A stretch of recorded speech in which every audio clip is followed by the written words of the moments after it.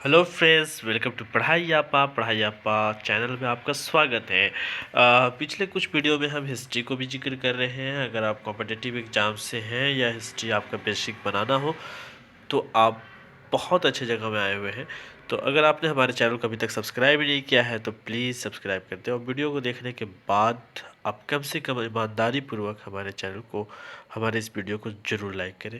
हम पिछले कुछ वीडियो में हड़प्पा सभ्यता का जिक्र कर रहे थे। हड़प्पा सभ्यता में खास करके हम नगरी के, उसके नगर के बारे में जिक्र कर रहे थे।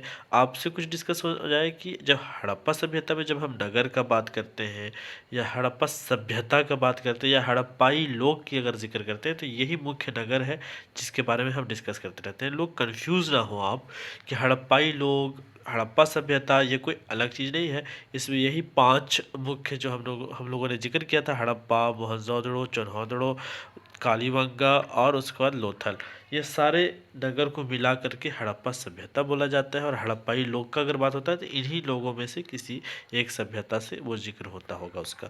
तो आज हम जिक्र करेंगे हड़प्पा सभ्यता के नगरीय विशेषता के बारे में, और उससे भी ज़्यादा अगर कोशिश करेंगे हम आज कवर करने का आर्थिक के बारे में। हड़प्पा सभ्यता में नगर विशेषता को अगर हम देखेंगे तो इसमें मुख्य मुख्य जो 3 नगर हैं, हड़प्पा है, मोहनजोदड़ो और कालीबंगा का नाम ज़्यादातर आता है। दुनिया का सबसे पुराना सभ्यता जो है वो सुमेर है, जो कि इराक में है। और हम देखेंगे कि हड़प्पा सभ्यता का कैसा बनावट था, हड़प्पा सभ्यता की कैसी रहन सहन थी, हड़प्पा सभ्यता में कैसे हॉल थे, सारा जिक्र इसमें आएगा। वहाँ पे कैसे बाजार थे। तो सबसे पहले हम लोग बाजार के बारे में ही देखेंगे कि हड़प्पा जो जो हड़प्पाई सभ्यता थी उसकी जो नगर जो बटे हुए थे उसमें 2 भाग में बटे हुए रहते थे, एक तो अपर टाउन, एक लोअर टाउन में। लेकिन जो लोथल है या सुरकोतड़ा जैसे नगर जो थी ये विभाजित नहीं थे। और जो धवालावी जो नगर था ये 3 भागों में बटा हुआ था और बाकी जो थे वो 2 भागों में, एक अपर टाउन एक लोअर टाउन में बटा हुआ रहता था। और नगर जो है वो दुर्गीकृत होते थे, यानी कि बिल्कुल सेफ होते थे।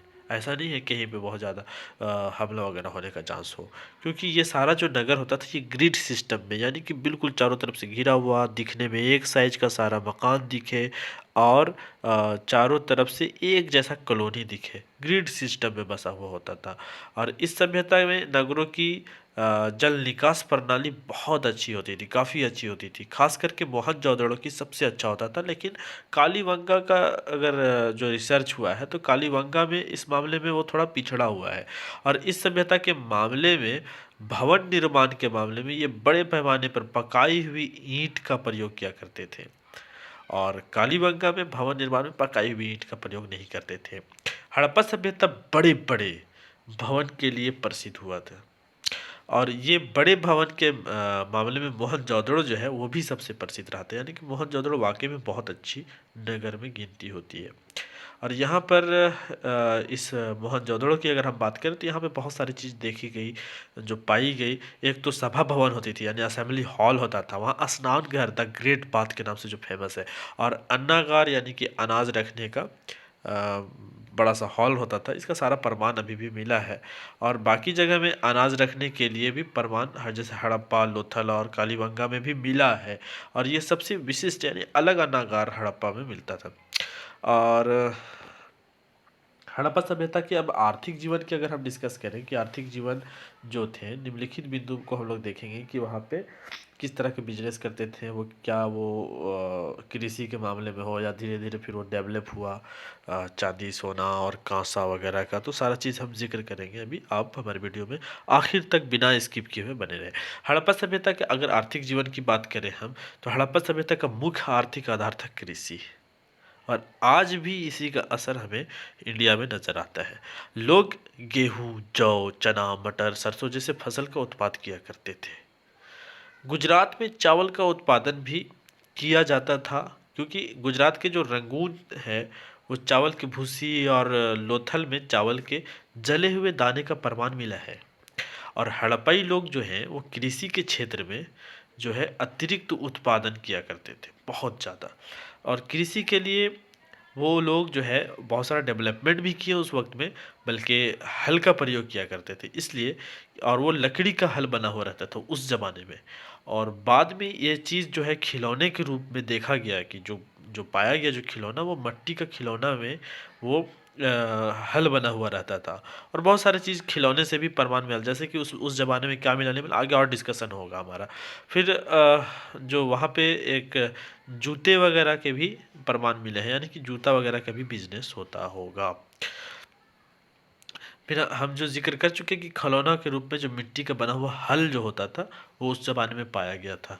फिर उसके बाद कृषि के सेक्टर में जो हड़प्पाइयों की महत्वपूर्ण उपलब्धि थी वो कपास की खेती थी, यानी जिससे सूती कपड़े, यानी इससे मालूम चलता है कि ये लोग सूती कपड़े का भी इस्तेमाल करते होंगे। और हड़प्पाई लोग जो हैं वो कृषि के साथ साथ पशुपालन भी किया करते थे। दैट मीन्स क्या हुआ कि ये लोग जो है मवेशी का भी बिजनेस करते होंगे। मवेशी में वो ज़्यादातर गाय, बैल, भैंस मैक्सिमम नहीं बोल जा सकता है, क्योंकि गाय का जो है वो लोग संपूर्ण रूप से यूज़ नहीं करते थे उस ज़माने में, बाद में हुआ। लेकिन हड़प्पाई लोग ज़्यादातर जो नया सेफ्टी वगैरह के लिए भी कुत्ता वगैरह भी पालते थे। कुत्ता बिल्ली का जो ये इसका जो प्रमाण है, ये इनके पैरों के निशान रह गए हैं, जिनसे इतिहासकारों ने चुना कि हाँ ये कुत्ता बिल्ली जैसे भी पशु को पालते थे। अब है कि हड़प्पाई ये है कि इससे इसका इस्तेमाल भी होता होगा, चाहे वो कृषि के क्षेत्र पे हो या किसी और भी मामले में।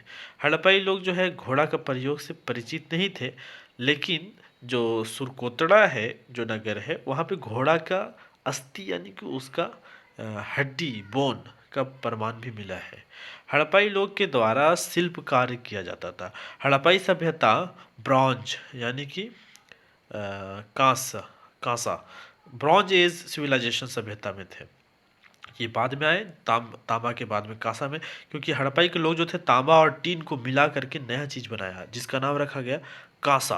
और ये कांसे का निर्माण करना बहुत महत्वपूर्ण उन लोगों के लिए माना गया, क्योंकि इसमें शिल्पकारी आसान थी, यानी एक से एक डिज़ाइन उन लोगों ने बनाना शुरू किया। हड़प्पाई लोग चांदी, सोना जैसे धातु का भी प्रयोग करने लगे थे। और हड़प्पाई लोग लोहे से परिचित नहीं थे, लेकिन और भवन निर्माण के मामले में वो आगे थे। तो जहाँ पर भी भवन निर्माण हो तो हड़प्पाई लोग जाते थे, तो उनका आर्थिक जीवन वहाँ से भी गुजरता था, यानी कि वहाँ पे राजमिस्त्री वगैरह भी बहुत सारे बनने लगे होंगे। कपड़ा बुनना उनका एक बहुत बड़ा पैसन था। उसके बाद हम बात करेंगे कि मोहनजोदड़ो से सूती कपड़े का भी कुछ प्रमाण मिला, जैसे कि हम लोग पहले भी पढ़े हैं कि कपास की खेती में ये लोग ज़्यादा दिलचस्पी दिखाते थे। तो इसका मतलब है कि ये सूती कपड़े का भी प्रयोग करते होंगे, क्योंकि इसके टुकड़े प्रमाणित मिले हैं। वो मूर्ति भी बनाया करते थे, यानी मूर्ति का निर्माण जो है ये मोहनजोदड़ो में जो कांसे की नर्तकी की, यानी कि डांस करने वाली एक लड़की की जो है वो मूर्ति मिली है। और मोहनजोदड़ो में पत्थर का बना हुआ पुजारी का सर की मूर्ति मिली है। बल्कि तेराकोरा का नाम जो निर्माण हुआ था वो भी मोहनजोदड़ो से पाया गया, जो कि पकाई हुई मट्टी को आग में पका करके उसको मजबूत बनाया जाता है, ऐसा मूर्ति भी मिला। और वहाँ पे मोहर का भी निर्माण हुआ था। मोहर का निर्माण जो है शिल्प के क्षेत्र में हड़प्पाइयों को बहुत फायदेमंद होती थी। और उस मोहर का निर्माण जो है अधिकांश मोहर सलखेडी के बनाए रहते थे। और इसका उपयोग व्यापारियों के द्वारा अपने वस्तु का गुणवत्ता, यानी कि उस जमाने में भी ब्रांड का वैल्यू उन लोगों बनाने के लिए वो मोहर का इस्तेमाल करते थे। और मृद भांड, मिट्टी है ना, मृद भांड यानी मिट्टी के बने हुए बर्तन का भी निर्माण उस जमाने में बहुत होता था। ये सारा बिजनेस का उन लोगों का अपना आर्थिक जीवन का ये सारा प्रमाण है। और मृद भांड यानी कि लाल रंग का होता था, ये मट्टी का बर्तन होता था, जिस पर काले रंग की बहुत सारी चित्रकारी बनाई जाती थी, जैसे पशु की, पक्षी की, यानी मोर वगैरह का बनाया जाता था। ये सभी महत्वपूर्ण शिल्पकार बनाते थे। और हड़प्पा सभ्यता के अर्थव्यवस्था को व्यापार से काफ़ी लाभ मिल रहा था। ये व्यापार दोनों रूप में होता था, आंतरिक भी यानी कि अंदर भी, मोहनजोदड़ो के नगर के और जाके हड़प्पाई के बीच में भी, और ये बल्कि बाहरी भी होता था, यानी कि ये अपनी जगह को छोड़ करके दूसरे व्यापारियों से भी ताल्लुक बनाते थे। जैसे हमने आगे जिक्र किया है कि हड़प्पाइयों के व्यापारिक संबंध जो है वो पोटामिया जो थे इराक वाले, और फारस यानी जहाँ आज के तौर पे ईरान में है, और मध्य एशिया के साथ भी ताल्लुक बनते चले गए। और यहाँ से ये लोग बाहरी बिजनेस भी करने लगे, जा करके आ करके मेसोपोटामिया के जो वक्त के, औकात मतलब उस वक्त के जो राजा जो थे वो सारबोन का अभिलेख भी मिला है। इसमें बहुत सारे व्यापारिक संबंध के बारे में ताल्लुक की गई है, चर्चा की गई है। और मोहनजोदड़ो के हड़प हाँ, हड़प्पाइयों के द्वारा कच्चा माल और उपभोक्ता वस्तु का भी इम्पोर्ट भी किया जाता था, और कच्चा माल ला करके नए चीज़ को बना करके वो उस नए वस्तुओं का निर्माण और निर्यात किया करते थे, बना करके उसका निर्यात किया करते थे, बाहर जा करके बेचते थे, जैसे ईरान वगैरह का जो अभी हम लोगों ने जिक्र किया, इराक वगैरह में। हड़प्पाई लोग जो है वो परिवहन के साथ साधन के रूप में बैलगाड़ी, नाव का प्रयोग किया करते थे। लोथल के एक मोहर मिला है जिस पर जहाज का चित्र बना है। अच्छा, इससे ज़्यादा और इंटरेस्टिंग बात यह है कि इसी प्रकार का हड़प्पा में एक मिट्टी का खिलौना भी मिला है, ठीक है, जिसमें बैलगाड़ी का तो प्रमाण मिला ही है। हड़प्पाई लोग में वहाँ पर आ, कुछ टेक्निकल चीज़ भी मिले हैं।